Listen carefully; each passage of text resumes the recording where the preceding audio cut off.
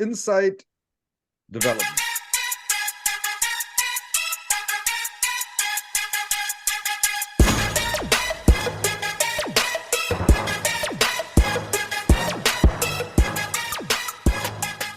All right, the first insight of the day is nice people. Nice people. Do you know any of these folks in the picture here? That's you, isn't it? On the right side of that photo. Yes. And though the two women are very familiar. And oh wait, I've seen this guy before. Okay. That's a great So photo. here's my insight about nice people. And tell me, I'll just tell you my insight and we can chat about it. So I think when people think of you as nice, they're really acknowledging that you observe social etiquette, norms of society. And so when people are with you, they can expect you to respond in a nice, positive, agreeable, generous way. And so that's appreciated and that's considered nice. So not nice is when people don't conform to the social norms and then they make you feel uncomfortable. That's not appreciated and that's not nice. Do you agree with that definition of nice people? Yes. All right. Do you surround yourself with nice people? Do you consider yourself a nice person? I'm not natural. I was not raised to be a nice person. Perhaps the opposite. No, I wasn't raised to be a bad person, but I did not have the greatest influences in my immediate family.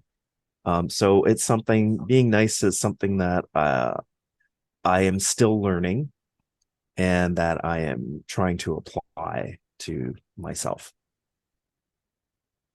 You know what you decide. I speak out of love and respect, and you're like you're one of my true friends. Like I can count on two hands how many true friends I have. With you, it seems like it's Groundhog Day sometimes. Like it's like any goodwill that I have built up from our last meeting, we have to start from scratch the next meeting. It seems like we're Yeah. strangers when we first talk, and then after about 2 or 3 minutes, we're back to that old good old friendship. But there's always that. Do you know what I mean? Is that something you're aware of?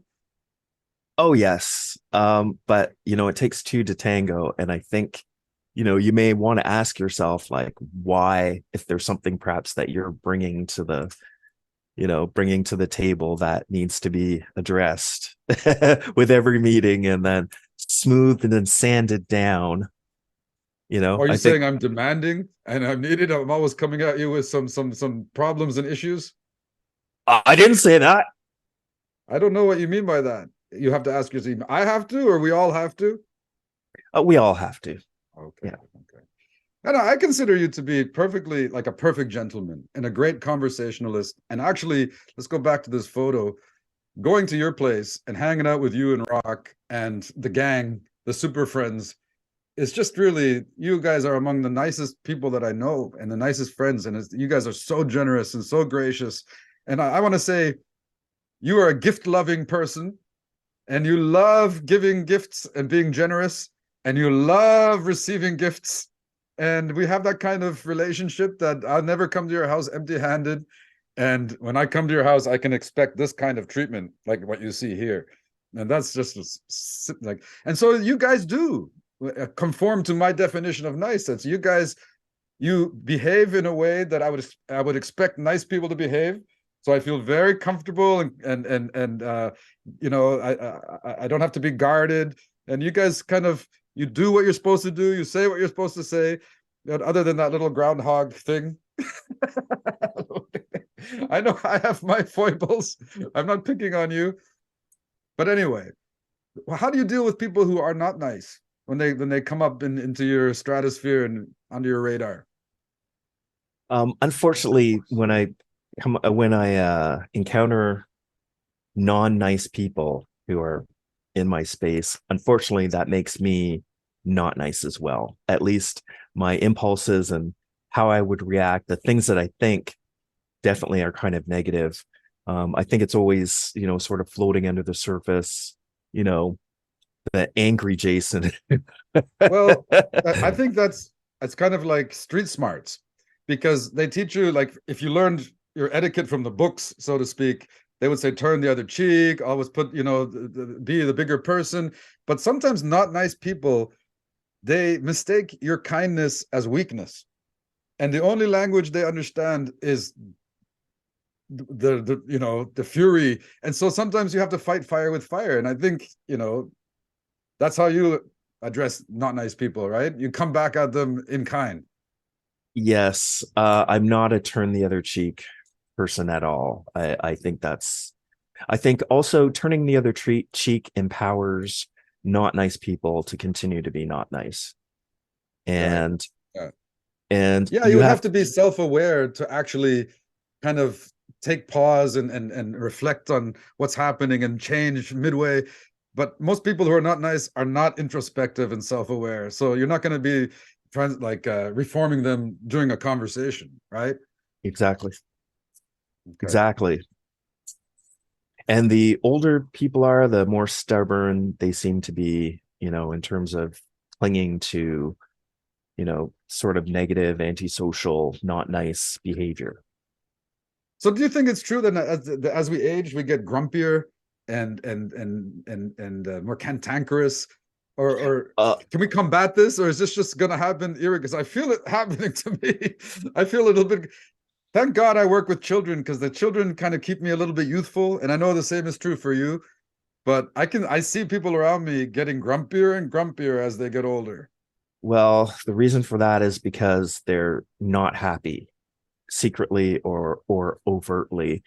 And if you can't get your ducks in a row by a certain age, or at least, have the um, mental capacity to accept things and fix other things, if you are unhappy and you can't change your attitude, then of course you're going to be stuck in the attitude and get grumpier and grumpier.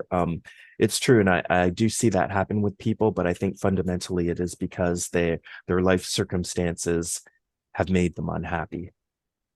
Okay. All right. Well done. And the next insight today is on the topic of money.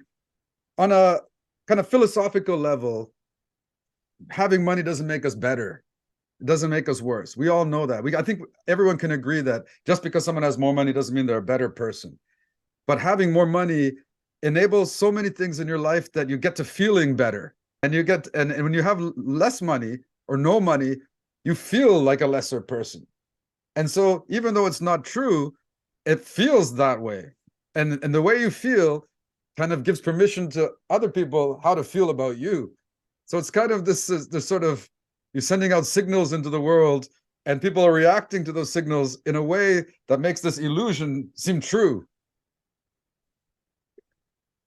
Interesting. I'm not totally sure about you, but I grew up poor, and our family was poor, which is to say we had no money.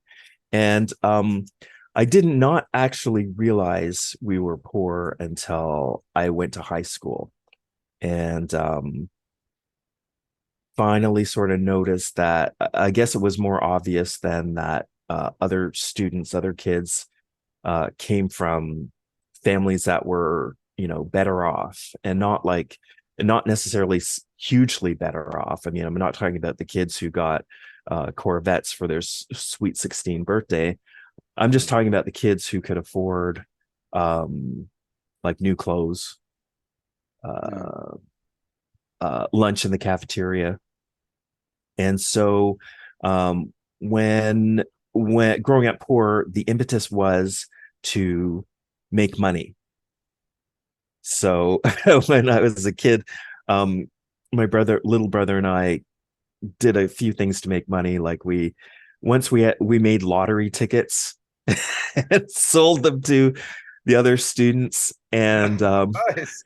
we Very did sophisticated. we did goldfish. I had found this Chinese supplier who supplied feeder goldfish for, feeding your bigger fish. And so we did all the packaging, To me, that like sounds like an entrepreneurial endeavor.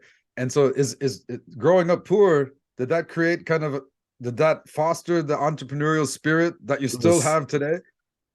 yeah, it was necessary. If I wanted something, I had to earn the money, to buy it. I bought my first computer working in school as a science a lab assistant after school. So I bought my own computer with my own cash. I was very proud of, I'm still very proud of that. I sold for a couple of Christmases, I sold greeting cards and gifty gift kind of things. We also I had gotten a chemistry set for Christmas once, and I learned to make fireworks like firecrackers. And so my brother and I also packaged and sold fireworks. I remember there Um, was these guys in grade 6. We used to go to the edge of the schoolyard during recess, and they would be showing people their booklet. They had made a catalog of all the Sears models in the underwear section of the Sears catalog. They put them all in one little oh booklet, and to man, look at their booklet, you had to pay a quarter. And there were kids lined up around the corner.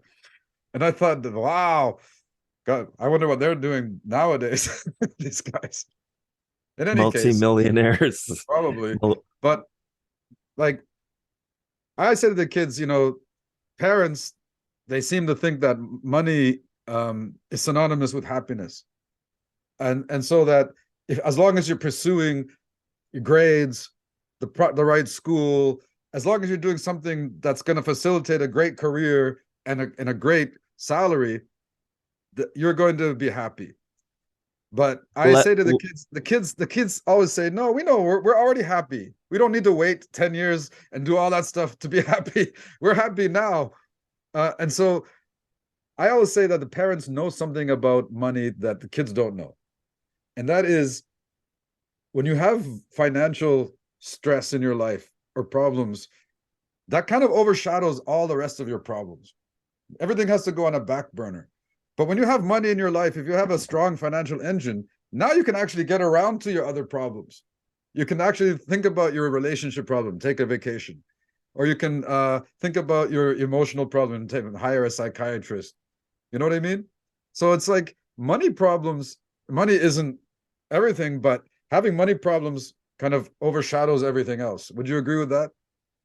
100% because and you know your experiences with is with students youth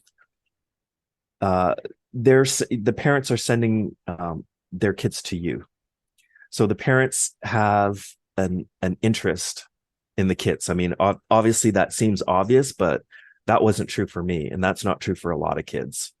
Like in terms of my parents, both of whom were alive, my parents had no interest, had nothing to say about me going to school post high school. They had no encouragement, they had no guidance, they had not a single thought about mine or my siblings' education or what was going to happen to us. So, and I like to, I have to think of it as children raising themselves. And I would have to say that that's what me and my siblings were, children raising themselves. And children cannot raise themselves, but some are forced to. And education may not be a priority for children who are educating, trying to raise themselves. So there's kind of this ivory tower kind of idea where you're just used to kids whose parents actually care. I mean, maybe they don't even necessarily have to like their kids, but they're doing the right steps, or at least putting They have a the sense kid. of duty for them. Yeah, so you're talking to somebody who doesn't has no experience with that, like, and But there's let me a tell you, as far as someone who had to pull up their own bootstraps and do a lot of things that the parents should have been doing, you really did a great job.